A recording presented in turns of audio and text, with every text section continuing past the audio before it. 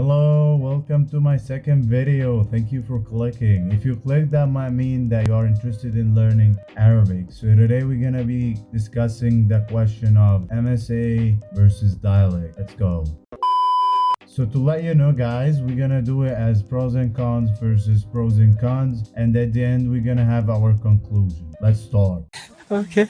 First, MSA, we're gonna start by the pros. So first of all, it's the media's language. You'll be able to dive into newspaper, you'll be able to dive into literature, you'll be able to find a lot of resources into the Arabic MSA. Second pro would be that you'll be able to find a lot of resources, which I already mentioned in the first pro.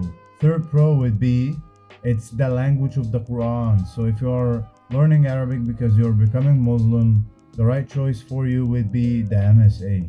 Now let's start with the cons. First one, it's not a spoken language. Second one is the reason of it not being spoken, that people in the street might make fun of you and give you fun looks since it's not a spoken language. Also, another con would be that you'll be able to express yourself and people will be able to understand you, but you won't be able to understand people back. Another con would be it's very hard to acquire MSA Arabic. And last but not least, as a con would be not a lot of people practice it since it's not a spoken language. So good luck finding actually a good teacher to teach you modern standard Arabic. Now let's move on to dialects.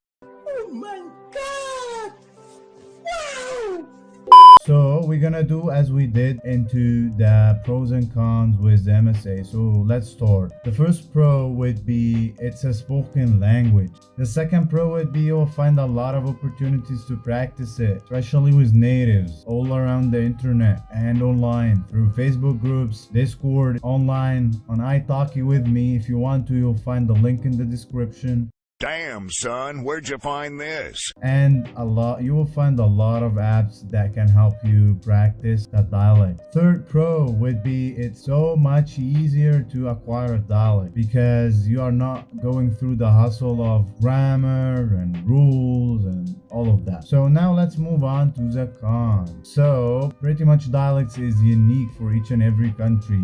So you have to choose wisely the dialect that you want to learn. My recommendation would be either the Egyptian or the Levantine because those are the most understood among Arabs and you'll be able to understand the other people speaking back to you. Another con, which is not really accurate nowadays, is that it's not for literature. Actually, nowadays, a lot of writers are writing into dialect, especially in my dialect, the Egyptian one. So you would find a lot of books written by dialect. So to conclude up, Arabic, the spoken Arabic is different than the written Arabic. So you usually write into MSA, like we write using the MSAs that we have learned into schools, but we speak using dialects. Each and every country has its own dialect. So to wrap it up, it's your own decision, whatever you want. I made everything clear for you. If you're interested in learning dialects, I teach the Egyptian dialects. I will be so happy and will be so honored to be your teacher. Thank you for watching. If you like the video, don't forget to subscribe,